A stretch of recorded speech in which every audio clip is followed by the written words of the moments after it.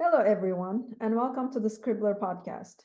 This is Taci Turel, host and producer of this program. Today, we are diving into a topic that is on everyone's minds as we approach the upcoming presidential election between Joe Biden and Donald Trump. Our focus today is on the perspectives of younger voters. Bertram de Souza, my co-host, and I will explore how they feel about the candidates, their involvement in politics, and their thoughts on critical issues. Joining us are two insightful guests. Aiden Tomhave, who was born in Missouri but raised in Youngstown, Ohio. She's a second-year philosophy and physics student at George Mason University right outside of DC. And Jacob Schriner-Briggs, a YSU alumni and a Yale Law School graduate. Together, we'll discuss their views on the election, the significance of their votes, and the future of our country. All right. Well, hello, Aiden and Jacob. Thank you so much for joining us today. Would you like to start by telling us a little bit about yourselves? Jacob, you want to go first? Yeah, that sounds good. Hi. Well, so first, thanks for having me on. So I'm Jacob Schriner-Briggs. I'm a 2017 graduate of Youngstown State and a 2021 graduate of Yale Law School. Currently, I'm a visiting assistant professor at Chicago Kent. But a lot of my family's back in Youngstown, and I care very deeply about folks back home and sort of the realities that they face on a day-to-day basis. And I think these most recent presidential elections have been very relevant to folks back home. And so I'm very thankful to be on a podcast like this and to stay connected with that community. Aiden? I'm Aiden. Thank you for having me. And I graduated high school in 2023, and I'm currently in college right now. I'm going into my second year. But I'm home for the summers, and I grew up around here, so. What high school did you graduate from? Ursuline. Ursuline? Okay. Yeah. Glad to have you both. Let me start with this. On Thursday night, the Trump-Vance ticket was given a rousing send-off at the close of the four-day Republican National Convention in Milwaukee, Wisconsin, which is a battleground state. Democrats, meanwhile, are in a state of flux and even panic over President Joe Biden's political future. There are reports that Biden could well step down in the near future. He is now recovering from COVID in addition to all the other problems he has. The Democratic convention is in August in Chicago, and so I'm sure you're looking forward to that, Jacob. If Biden does step down, who do you think should be the Democratic standard bearer and why? And then also give us your opinion about the Trump-Vance ticket. Jacob, go first, if you will. Okay. So on the first question, so from what I've seen, there are basically two schools of thought. The first is that Kamala Harris should just step in. And then the second is that there should be something like what they're calling a mini primary or an open convention. I think either is preferable to Joe Biden staying on the ticket. But I do think in terms of Democratic legitimacy and familiarity, and honestly, just being able to explain to voters what's happening, it makes more sense to just let Kamala Harris ascend to the top of the ticket and then to fill in someone else in the vice presidential spot. And we can talk more about, why I think Biden should step down later if that's of interest. But that would be the answer to the first question. On the second, and this is another thing that I'm sure we all have a lot to say about, but my top line impression of Trump-Vance is, I think Vance was an ideological pick. I don't think he gives Trump electorally anything that he didn't already have. I don't think Biden or even Harris will win Ohio. I don't view Ohio as a swing state this election. And so I think the decision was Vance, because I think that at least right now, the Republicans think they're going to win. And that connects back up to the first question. Why do they think they're going to win? Well, because right now the presumptive Democratic nominee, I think, is very weak. And I think Vance as a pick demonstrates what the Republicans thought about this election. And I think it would be bad. I think it would be calamitous if they win. And so all of these things are connected, but those are some initial thoughts. Aiden? I would say that if Biden steps down, I would say going with Kamala Harris would be the best choice because I think that you're going up against someone who has a lot of name recognition. Like we all know who Trump is, and in order to get people to rally behind a new candidate before November or before the convention, they already need to have some support or recognition. And I don't think that another candidate, even if they do get nominated, will be able to compete with Trump because he's just so at the front of the Republican Party right now. And as for the pick for VP, as far as Vance goes, I think it was very much they picked him because he was going to support Trump no matter what. Because I do agree it's a bit of an odd pick because Ohio is not a state that you're gonna have to fight really hard for. Exactly. Yeah, in the old days, it used to be you picked as your vice presidential running mate someone from one of the battleground states to give you an edge. And Ohio has been Trump country going back to 2016. And so, yeah, you're right there. Aiden, not to put you on the spot, but before we started this, I asked you whether you had watched the Republican convention, and you said no.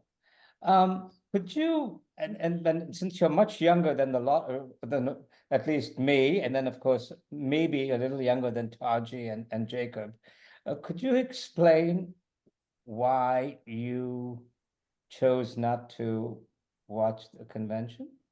Yeah, so to start, was sort of following the headlines and stuff, but I'm afraid it's a pretty boring reason. I'm taking Calculus 2 right now, and I had a test last week. Yeah. That's a very good reason. Things to do. So what are the top issues that matter to you in this election? Aiden, I'm gonna start with you because you kind of represent the youngest of us. So what are your top issues and why do they stand out? So for me, some issues that I'm quite concerned about are going to be like housing prices, wages, right? Because I'm getting close to halfway through college, and so afterwards it's quite concerning because you hear about people not being able to afford a house or an apartment even on this salary that they got after college, after 4 years of education. So that's a big concern. Another one would be climate change, because of course, again, I'm young, I'm gonna have to deal with that later.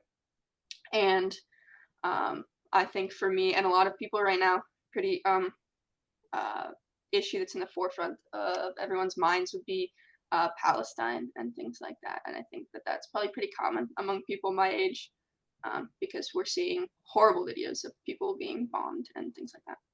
Right. Jacob? Yeah, I think I largely agree with all of that. I think something that's been at the front of my mind essentially since 2016 and the sort of Bernie Sanders candidacy on the Democratic side of things is just structural inequality generally, and that's true of wages, but I mean I think it's just true across the board. I mean any issue that you think of, inequality matters, and the world affects different people differently based on their economic position. And so creating, a world, a country in which where you were born or what job you have, like that not leading to your immiseration and suffering is just sort of a central idea within my politics. And so any policy that can like level the field and provide people a safety net is something I support. And as a general matter, Democrats have been better on those things than Republicans have. And so I vote democratically, but I think this particular election is really, really important because we are in a time of such immense inequality and because there are issues with existential stakes like the climate. the stakes just get higher every election. And so it's really important to figure out who you're going to run and try to win and try to like make people's lives just a bit better materially. Let me follow up with that, to both of you. First of all, to you, Aiden, you talked about climate change. You talked about Palestine. You talked about, by the way, you're making reference to Palestine is interesting because a lot of older Republicans refuse to even use Palestine as an entity. They either call it the Palestinian Authority or the West Bank and Gaza. But anyway, you talk about Palestine, you talk about housing costs and all of that. Had you watched the Republican convention, you would have been struck by Donald Trump shouting into the microphone, drill, baby, drill. They're going back to that old, we are going to produce as much fossil fuel as we need, even more than we need, because that's us. And nothing's going to stop us. And there was no recognition at all about climate change, about, the rising temperatures, 117 degrees in Las Vegas. Is that a kind of issue that's resonating with younger people that will bring them out to the polls? I mean, I'd like to hope that it is, but I feel that we see time and time again that people my age don't vote. And I suppose we'll see because, I feel like students have been more politically active recently. But I couldn't say for sure. I'm doubtful, but I hope I get proved wrong. And just for Jacob, you had talked about the income inequality. There seems to be a perception, at least among MAGA supporters or adherents, that there are poor people in this country because they choose to be poor. That in the richest country in the world, there shouldn't be any poor people if you pull yourself up by your own bootstraps and take advantage of everything that's available for you. You shouldn't be poor. How do you respond to that kind of thinking? Well, so I associate that, I think even more than with Trump, with Reagan, and the turn in the Republican Party that Ronald Reagan represented. And I think it's true of Trump. I think Trump is a bit more interesting though, because I think his base, or a lot of his base, feel the squeeze of inequality and economic precarity and changes in the structure of the economy and what types of jobs are available and the offshoring of manufacturing, and they feel that, and it creates an anxiety. But then there's this turn to Trump, who I just don't think is a person who actually takes those things seriously. I think he talks about those things a bit, and that's a departure from previous Republicans who, like you said, I mean, Romney before him and the Bushes and so on and so forth, where yeah, the thought is, look, like there's plenty of opportunity for everybody in this country. You just have to work hard. I mean, my response to that is it's just not true. It's just not true. It's not where you were born, and there's a lot of empirical economic work on this. Where you were born, the class into which you were born, is highly, highly determinative of where you end up. And inequality compounds itself. So now, in our current economy, it's education that drives a lot of a person's ability to live a materially comfortable life. And we know from recent work on meritocracy that inequality compounds within education itself, and that students who are able to go to the most selective and prestigious schools are disproportionately from wealthy families who, from the time the child is very young, can invest in them and develop their human capital and help facilitate their educational growth in ways that poorer families and working class families typically can't do. There are exceptions, of course, to these rules. I'm not saying this is a hardline rule, but yeah, the idea that someone who's immiserated from the day that they're born can just work really hard. I mean, there are always examples of this, and the Horatio Alger myth that we can tell ourselves, but no, by and large, that's just not how it works. And I think just as a human matter, your birth should not be so determinative of your material conditions. Aiden, is this going to be your first time voting in the presidential election? Yeah, presidential, yeah. Oh, okay. And you mentioned that a lot of young voters don't really vote. So among your friends, how engaged do you feel people your age are in this election? I feel like I've seen engagement go up in this election, because I think a lot of it is surrounding like Palestine and the atrocities that are happening there, and I think that has sort of spurred more interest in it.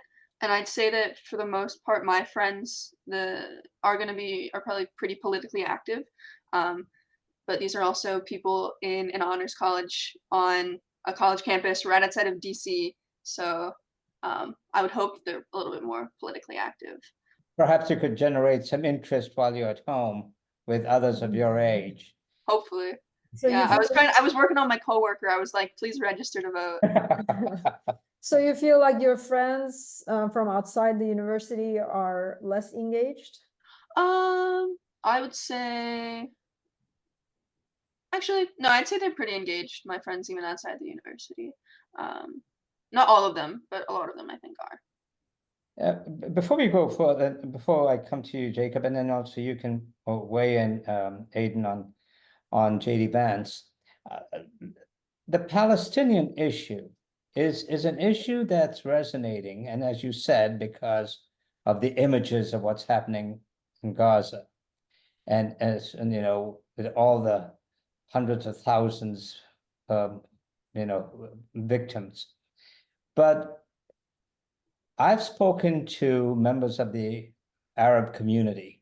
I know a lot of them in this area. And in fact, one of them said to me the other day, he says, well, you know, yeah, we're gonna come out to vote, but not necessarily for Biden.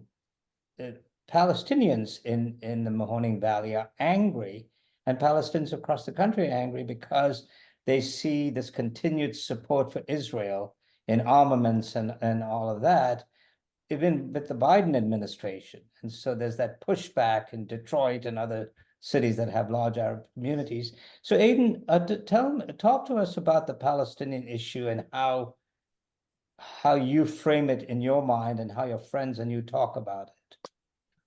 I would say that I see it in terms of its relation to, you know, the presidential race. I would say that I do believe that Biden is not doing enough to sort of stop what Israel is doing. And I would say that my friends, we generally agree on that. But when I talk to my friends, what we talk about is the fact that when it comes to an election, we don't really have an option outside the two-party system right now. And our two options are going to be really Trump and Biden. And there is no doubt in my mind that Trump is going to be worse and is going to be more willing to allow Israel to continue bombing Gaza and Palestine. Whereas Biden, while certainly giving support to Israel, is not going to be as bad. And so given those two options, it is better to vote for Biden. Jacob, the Palestinian issue, and how do Democrats use it to their advantage? I think the Biden administration has been so bad on it that I don't know if there is a way for them to use it, unless, again, we see a change at the top of the ticket and minimally a softening in rhetoric and a softening in policy. But I mean, unclear if we'll see that no matter who's at the top of the ticket. But I mean, the way it's affecting the election, yeah, I think it's pretty clear. I think it's just alienating, I mean, of course, voters who are Palestinian, but just more broadly, folks who think it is bad to watch. So let me back up for a second. So for a while, the death count in Gaza, I think, was pretty continuously floating around 35,000 was the number Right. that you, and I think that came from the health ministry. Sure. The Lancet, which is a really, really well-respected medical journal, published a study recently that estimates that death count is probably closer to 180,000. And I think, you know, without getting into the sort of very highly emotional politics of Israel-Palestine, I think for a lot of young people, it's actually even simpler. It's just that, when a lot of innocent people are dying, that just shouldn't happen. When a lot of innocent people are being killed, being bombed, being starved, that shouldn't happen. But that is what's happening. And I think the Biden administration has just been non-responsive to that reality, and through its funding has facilitated it. And so I think that's alienated folks. Whether it's alienated enough folks to, on its own terms, change the outcome of the election is much more unclear to me. But I think Biden has now so many electoral weaknesses that he can't afford others. And I think it's just one more reason why the Democratic Party would be well served to have someone else be at the top of the ticket this fall. Yeah, and I'll say, I'm sorry. I will say among young people, beyond, my immediate circle of friends, I have seen that a lot where people are saying, I can't vote for someone who is supporting genocide. And I think that is definitely hurting Biden. Although it's a lot of young people who is going to be their first presidential election. So whether that is going to be including previous Biden voters, I'm not entirely sure how much it's going to affect Biden's chances, but I think it certainly could. And I believe that a lot of people who are upset with Biden's policies on Palestine, or the way he has been supporting Israel, I think it has alienated a lot of Biden voters. And as Aiden mentioned, we don't have a lot of options, right? We have only two options.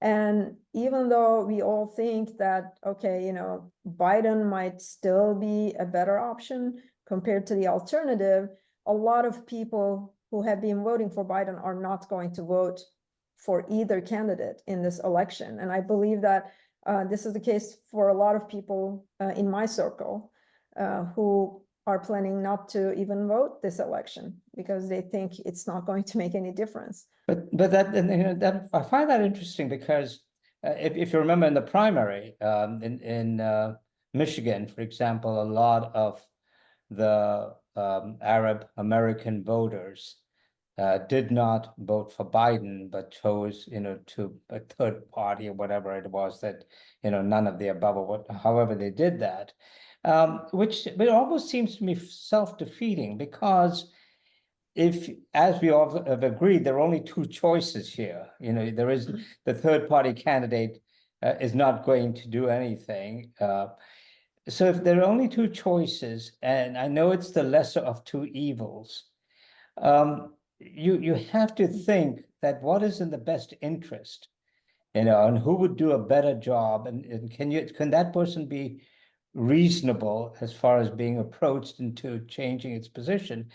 I think in that regard, Donald Trump and the Republican Party of today is much more strident in their support of Israel and their opposition to a two-state solution, for example. Right, Jacob?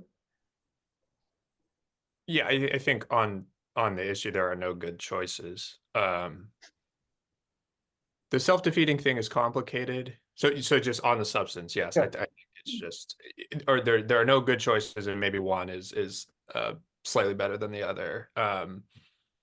But yeah, when it comes to the actual gaming it out, I mean, that is difficult. We are locked into a two-party system, which I think has a lot of negative ramifications for our politics, if I'm being honest. But then at the same time, you do see these moments of potential change. They're not common, but I mean, even right now, I mean, I think a lot of the pressure on Biden to leave has to do with his performance at the first presidential debate. And I don't know what these internal conversations look like, but to the extent the uncommitted movements in those swing states did produce turnout, that compared favorably to the size of the margin between Trump and Biden in 2020, that may have sent the campaign a message like, if these things are going to be this close, you can't afford to alienate younger voters, Palestinian voters, et cetera. And so maybe that's part of the calculation too, is that he is just losing popular support among these kind of key demographics. And maybe that's just one more pressure point that if he decides to step down. So again, this is a lot of conjecture, but if that's how it plays out, at least partially, then the uncommitted movement would have won something, at least, in the eyes of the folks who organized it and carried it out. And so it's tough. I mean, it's tough. I don't think we live in as democratic a society as I think is desirable. I wish we had more choice. I wish votes mattered more. Gerrymandering is bad. I mean, there's all kinds of things I could list, but you work with what you can at the margins. Aidan, when you look at President Biden, what do you see? Well, I see someone who's quite old, and you can tell a lot of the time. And then sometimes he manages to make himself look young. He was grinning. I think he needs to grin more. I think that would help a lot with his image. In some ways, he was doing a good job, but I think that he has this idea of himself as being the only person who can beat Trump. And regardless of all sort of arguments to the contrary, he seems to be sort of foolishly just ignoring everyone and foolishly forging on. Like, his overconfidence is sort of alienating to me, but I also don't necessarily disagree that he is probably the best choice. But I think that the way that he sees it is that, like, he's doing everything right and that's why he's gonna win. But I would say that even though you're not doing everything right, you are probably the best choice. And I think that is sort of the way I look at it. Do you feel that if Biden steps down, younger people your age would be more willing to vote in this election? So I think that a lot of it is coming down to Palestine and support for Israel. And so I think that the only way that people would be more likely to vote is if the Democratic nominee took like a hardline stance against Israel, or like, otherwise I think that it would not do much to get them to come out. So Jacob, I'll start with you with this question. And then given how you've addressed these various issues, Aidan, I'm sure you'll have an opinion as well. Ohio's U.S. freshman Senator, J.D. Vance, has been picked by Donald Trump to be his vice presidential running mate. You, Jacob, and Vance are both graduates of Yale Law School. Are you proud of the fact that the two of you have such a significant connection? And do you believe that Vance is qualified to be vice president and perhaps a heartbeat away from being president? So there's a lot there. So let's we could start with Yale. Take your time, because I need to go into that with you. Okay, good. So I think there are some similarities in the stories that JD Vance and I could tell about ourselves. So we're both from smallish post-industrial Ohio towns. I don't know Middletown's population. I think it's smaller than Youngstown. Right, it is. But okay, so there's that biographical fact. We both had, in their own ways, difficult youth and childhoods. Materially, we both went to state school in Ohio. Vance is an Ohio State graduate. I'm a Youngstown State graduate. And then we both went to Yale Law School, and that all of what comes with that. We were introduced to this sort of rarefied institution, and I think we have responded to it differently. But I think, up to that point, the similarities, I don't know JD Vance. I mean, and I don't even really know anyone who knows JD Vance. But I think knowing what I do about Ohio and about struggling economically and about going to Yale Law School, I do think I have some insights or can make some good guesses about him. And I think he's a bad pick, not strategically in the electoral sense. I mean, I don't know, but I think he's a bad pick because I think it's pretty evident that JD Vance doesn't have committed views about anything. I think JD Vance is committed to his own advancement, and that might sound like a cheap shot, but I think if you just look at the facts, it's pretty clear that that's what he's about. So he gets to Yale Law School. He graduates, he publishes a book about his upbringing, Hillbilly Elegy. And the thrust of that book is that while he loves his family, there was a lot of trauma in his family. And that trauma is attributable to not just the economic conditions of Appalachia, but the social conditions of Appalachia. The fact that the people that he calls hillbillies make bad decisions and they have bad social pathologies. And so he places a lot of blame at the feet of individuals who are struggling. And that book does massively well. And I think it does massively well in part because it serves as an explainer of why it is that Donald Trump won in 2016 for people who, just couldn't wrap their heads around that fact. I think Hillbilly Elegy was, a sort of Trump explainer for people with liberal sensibilities who couldn't ever imagine someone like Trump winning. And after the publication of that book, Vance endears himself to people who don't like Trump. He endears himself to a sort of respectable group of folks, what we might call elite folks who come from the Ivies or who are really well positioned in media. He goes on book tours. He talks with David Axelrod, and all of that time he spends talking about how terrible Trump is. Right. And just like the quotes, I mean, everyone has seen them, I think, at this point. Trump is an opiate, Trump is Hitler, just like these deeply critical attacks and assessments of Donald Trump. And that's J.D. Vance's tune until Trump wins the election in 2016.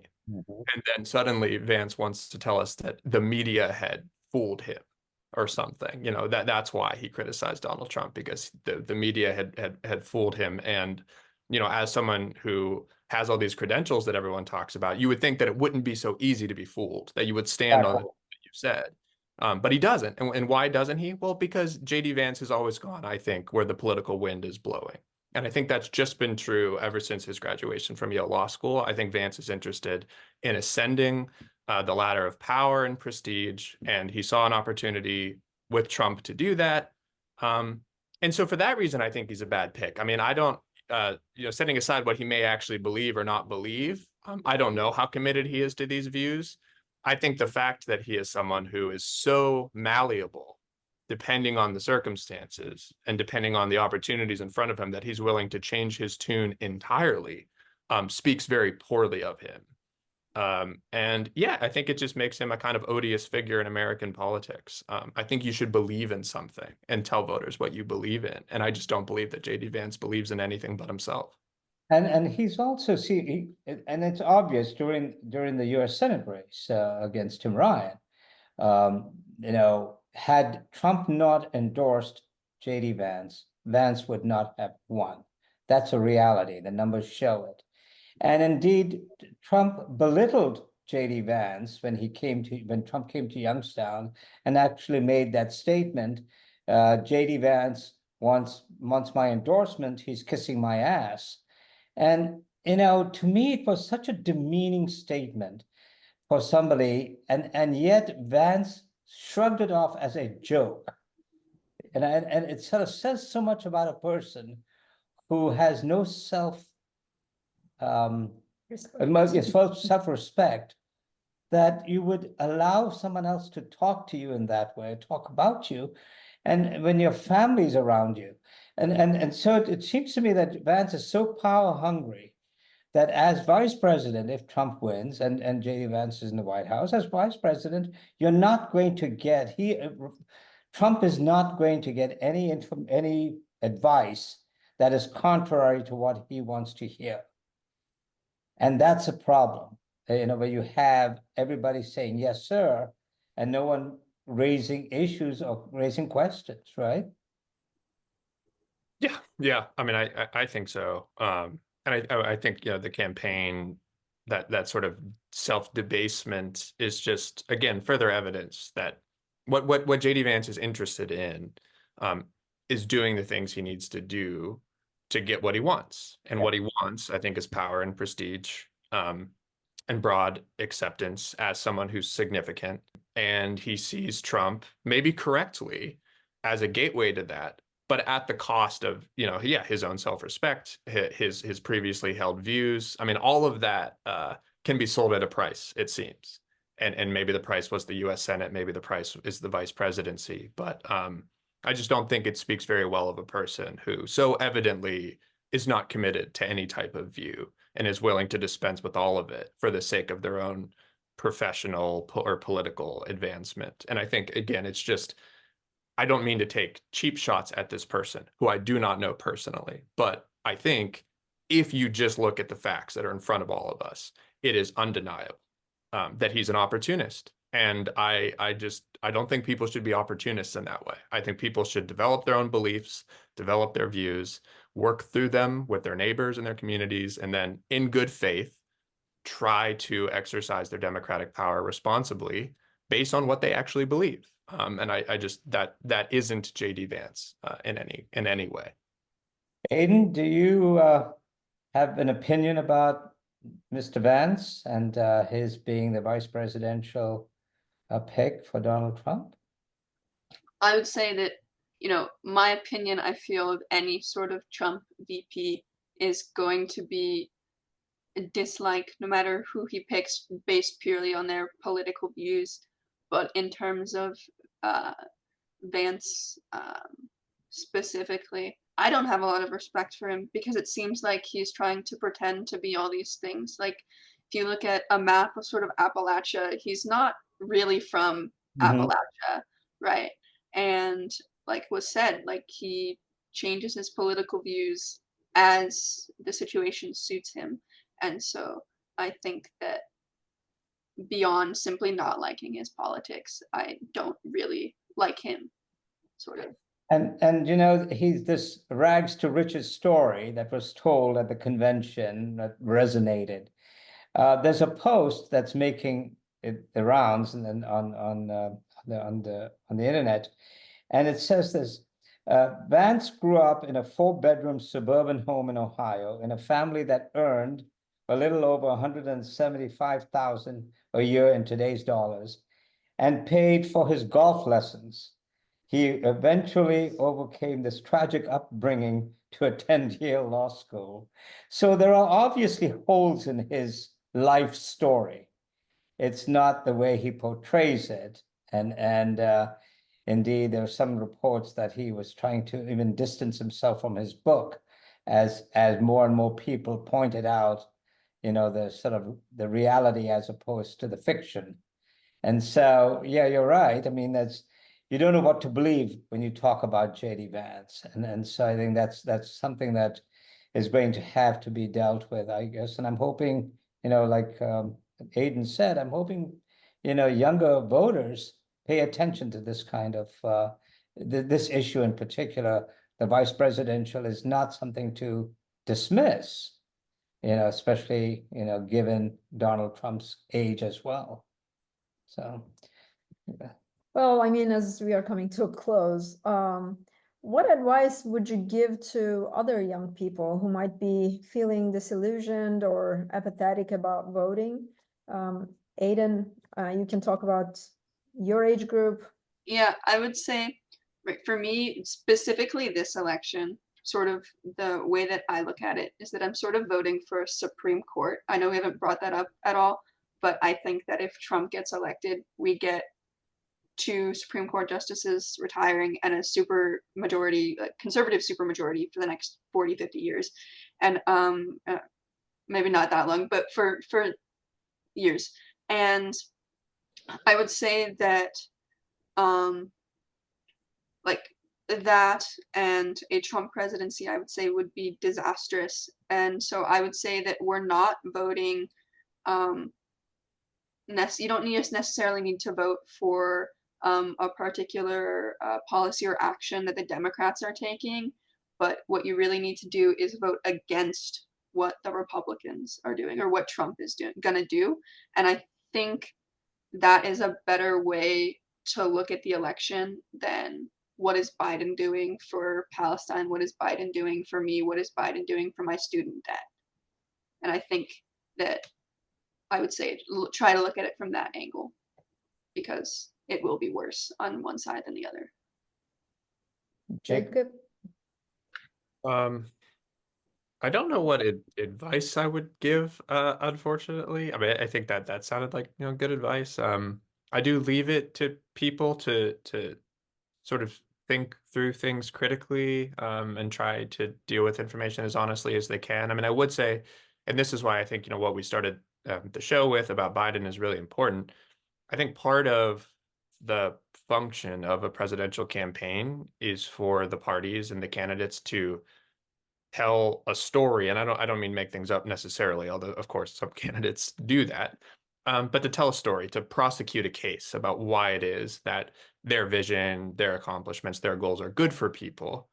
And I think right now we won't really have that if Biden doesn't step down.